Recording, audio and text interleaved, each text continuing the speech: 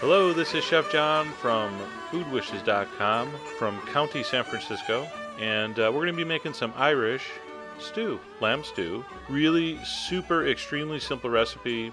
And we're going to start with some lamb shoulder chops, which I think make a great, and by great I mean the best, lamb stew. You see they have a little piece of the shoulder blade in there. They might have some of the arm bone, which gives you some nice marrow. So I had 3 pounds, which is like 6 big thick chops. I'm going to season that with salt and pepper on both sides. The nice thing about shoulder chops, they tend to be the least expensive lamb and one of the most flavorful cuts. So it works on many levels. Now, step 1 here, we're going to brown these in a really heavy bottomed frying pan here, skillet. I'm going to use a little bit of vegetable oil, and I'm going to do mine in batches. I had 6, so I'm going to do 4 and then 2. Don't crowd your pans. And I'm really going to have that on high heat. I want a nice brown crust. I don't care if the bottom of the pan gets really dark. You're going to see it's going to get really dark, but it's okay. All right, we're going to brown those on both sides, and I'm going to transfer them in to this stock pot that I'm going to simmer the stew in. All right, so I'm going to do the other 2. After those 2 are cooked, I'm going to throw in a chopped onion with a big pinch of salt, and you can see how dark, almost black, the bottom is getting. That's okay. A lot of these recipes call for dark beer as part of the liquid. I don't like using beer in my recipe. So I'm going to get the dark color from this fond at the bottom of the pan, the burned on meat juices. Now at this point I usually add a tablespoon of butter. I already had some melted brown butter I used for another recipe, so I just threw that in. But here's where you want to just throw in a hunk of butter. I'm going to dump in some flour, and I'm just going to toss the flour for like 1 minute just to coat the onions. Then I'm going to dump in my stock. And do not worry about the dark pan. It's going to color the sauce. There's not going to be any off flavor. You don't want to burn the flour, because that will taste burnt. But browned, really dark bits of onion and pan juices are not going to hurt anything. Okay, so I'm using chicken stock here. You can use beef if you want. So I put in about 3 cups of stock, bring it to a boil, and it's going to start to thicken up a little bit. And the only herb I use is just a little pinch of rosemary, dry rosemary. Irish stew really doesn't have a lot of seasonings in it, a lot of different spices. It's pretty straightforward, which is why it's so delicious. Nothing to screw it up. All right, I have some carrots and celery just in large chunks. I'm going to add that.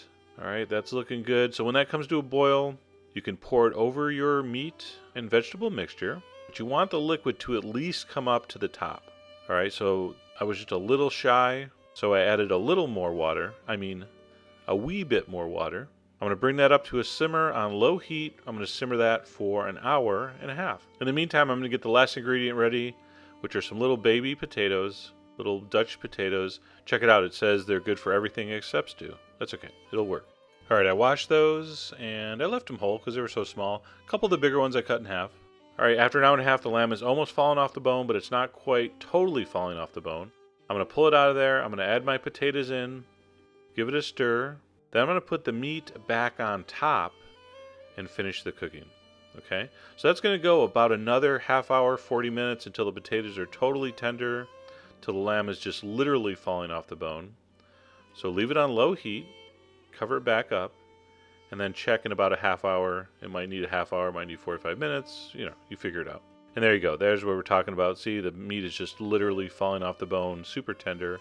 Now, I'm going to fish out the meat, put it on a plate, because I want to kind of pull the bones out of there just to make it easier to eat.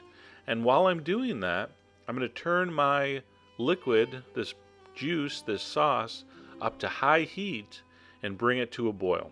And on as high heat as you can go, as rapid a boil as you can go, you want to reduce this and it's going to thicken up beautifully. Now, very important, you have to skim off the fat at this point, otherwise it will boil into the sauce and emulsify. You don't want that much fat in there. So skim that off. The meat now is cool enough to handle. It sat on a plate for about 10 minutes. I'm going to pull out the big bones, any big chunks of fat. Look at that little rib. So cute.